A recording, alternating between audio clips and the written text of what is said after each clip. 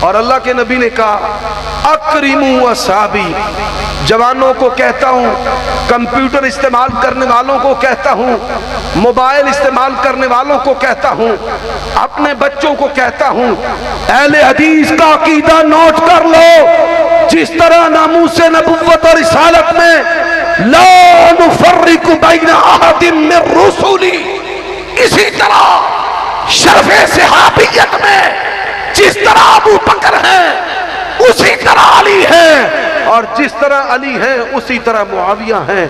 کسی بھی صحابی کی بے ادبی کرنے کی اجازت، کسی بھی صحابی پر تان کرنے کی اجازت، یہ سبق یاد رکھنا۔